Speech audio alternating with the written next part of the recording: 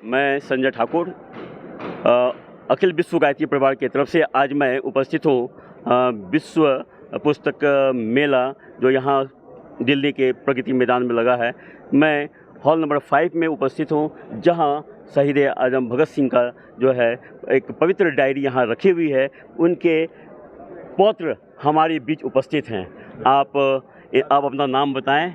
जी, मेरा नाम यादवेंद्र है, यादवेंद्र सिंह, और मैं शहीद भगत सिंह जी का पौत्र हूँ। आपको बहुत बहुत नमन गायत्री परिवार की तरफ से। आज मैं अपनों से अपनी बात करने के लिए मैं इनके पास उपस्थित हुआ हूँ। आज देखा जाए तो समाज में पढ़े लिखे लोगों की कमी नहीं है, लेकिन शिक्षा तो है, लेकिन विद्या की कमी है। कहीं ना कहीं हम पढ़े लिखे तो हैं, लेकिन भारतीय संस्कृति कहाँ जा रही है, इसमें हमें आत्मचिंतन की ज़रूरत है। इस विश्व पुस्तक मेला में भी बहुत स्वाध्याय प्रेमी और परिजन आए तो हैं, लेकिन आज दिल्ली की जो राजनीतिक गर्मी है उससे लोग निराश हो रहे हैं। ऐसे बीच में आज युवाओं को आगे आना होगा, युवाओं के मन को पढ़ना होगा। आज हमारे में क्या कमी है, हम आइए इनसे बात करते हैं। आज शहीद भगत सिंह की जो ब्रिगेड की टीम है, इनसे हम अपनों से अपनी बात करते हैं। भाई साहब, क्या कारण है आज युवा जो है अपने रास्ते से भटकता जा रहा है?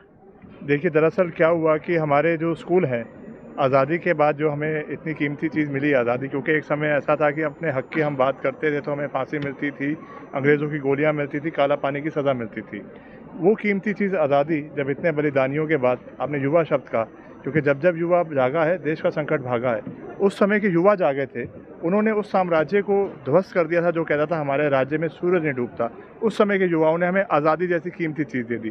पर हुआ क्या, जो मेरा मानना है जिस वजह से हम लोग पथभ्रष्ट होते जा रहे हैं, हमने क्या किया जी, हमारे युवाओं को स्कूलों के अंदर हमने इंजीनियर बना दिया, हमने डॉक्टर बना दिया, हमने उनको बिजनेसमैन बना दिया, सीईओ बना दिया, आईटी प्रोफेशनल बना दिया। यानी एक पैसा कमाने की मशीन तो बना दिया, पर जो मूल मंत्र भारत का था, वो त्याग की भावना या अपने इतिहास की जो विरासत थी वो नहीं दे पाए। हमने विरासत के रूप में अपने बच्चों को क्या दिया, बड़ी बड़ी इंडस्ट्री दे दी, अपने घर दे दिए, अपने बंगले दे दिए, अपनी गाड़ियाँ दे दी। पर जो हमारी विरासत का हिस्सा, ये भगत सिंह, ये चंद्रशेखर आज़ाद, वो हम उनको नहीं दे पाए। यानी अच्छे रोल मॉडल, अच्छे प्रतीक उनको नहीं दे पाए। क्योंकि देखिए, विदेशी संस्कृति क्या कहती है, जियो और जीने दो।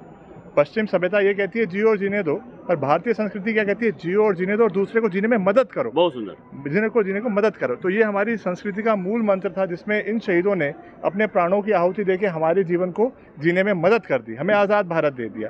तो कहीं ना कहीं हमारे देश में, हम मानना चाहूँगा हमारे स्कूल के इतिहासों में कहीं ना कहीं ये धूमिल होते गए, या हमें ज़्यादा एम्फसाइज हमारे घरों के अंदर ये कर दिया, भाई तू इंजीनियर बन, पड़ोसी का बच्चा डॉक्टर बन गया, तू क्या कर रहा है। हम करैक्टर बिल्डिंग, यानी एजुकेशन एक करैक्टर बिल्डिंग चीज़ होती है, करैक्टर बिल्डिंग नहीं कर पाए, एक प्रोफेशनल बिल्डिंग हम कर पाए, कमर्शियल आदमी बना दिए, जिसमें से त्याग की भावना दूर हो गई।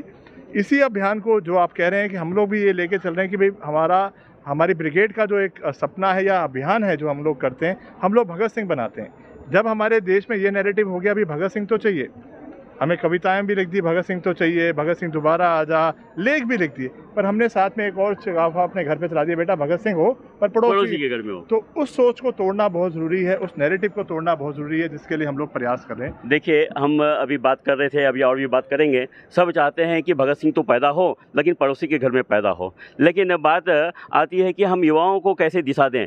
कहा भारतीय दर्शन में भी कहा गया है, ऋणम कृत्वा घृतम पिबेत विवेत जायत जीवेत सुखे जीवेत। आज की स्थिति यही हो गई है कि युवा इंजीनियर तो बन रहे हैं, डॉक्टर तो बन रहे हैं, और कर्ज लेकर के मकान भी खरीद रहे हैं, और अपने माँ बाप को छोड़ करके विदेश चले जाते हैं। ये हमारी भारतीय संस्कृति नहीं है। यदि हमें भारतीय संस्कृति को बचानी हो, निश्चित रूप से हमारे जो सनातन धर्म है, भारतीय संस्कृति हो, अपने जीवन में धारण करना पड़ेगा, अपने व्यक्तित्व का विकास करना पड़ेगा। हमारे यदि व्यक्तित्व का विकास होता है, तभी हम एक आदर्श परिवार का निर्माण कर सकते हैं। आदर्श परिवार के निर्माण के बाद ही हम एक आदर्श समाज और राष्ट्र हित में काम कर सकते हैं। इसमें हमें चरित्र निर्माण की बात आ रही थी, ये ब्रिगेड की टीम भी चरित्र निर्माण की बात कर रही है। आज युवा नशे में मशगूल है, और मॉडर्न एजुकेशन के पा कर करके वो फिल्मी दुनिया की ओर बढ़ता जा रहा है, अश्लीलता की ओर बढ़ता जा रहा है।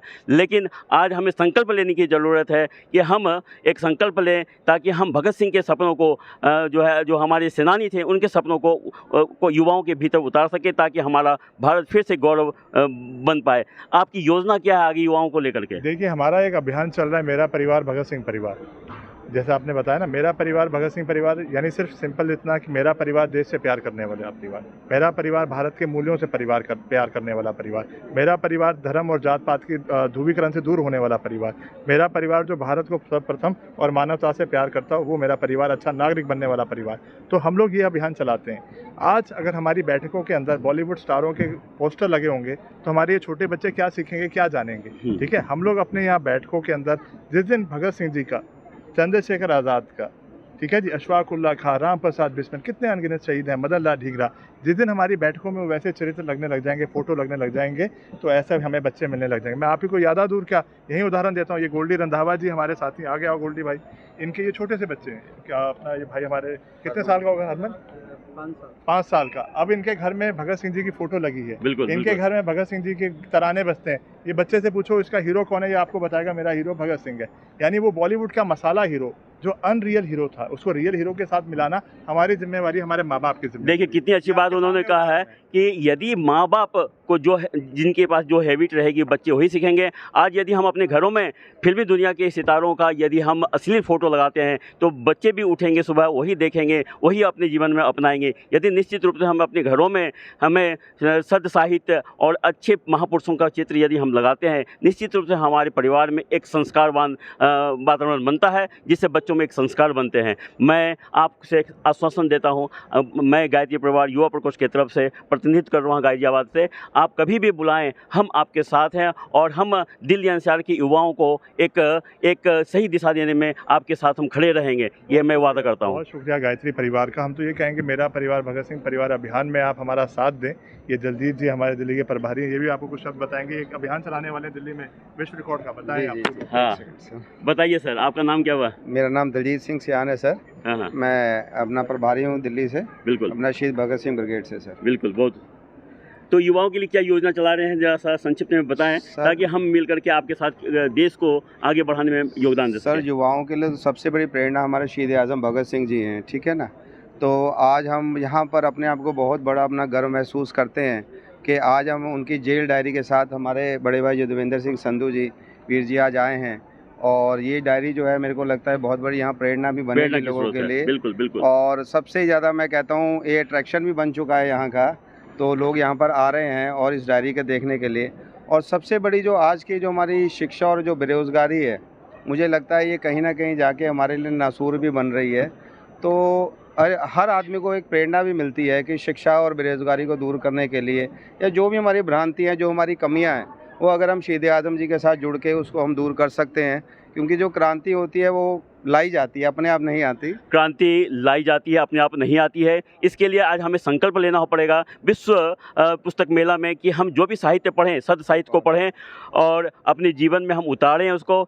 हमारे गायत्री परिवार का जो मुख्य उद्देश्य है, व्यक्ति में देवत्व का उदय, धरती पर स्वर्ग का अवतरण। अब व्यक्ति का देवत्व में अवतरण कैसे होगा, उन्होंने बताया कि समझदारी, ईमानदारी, बहादुरी और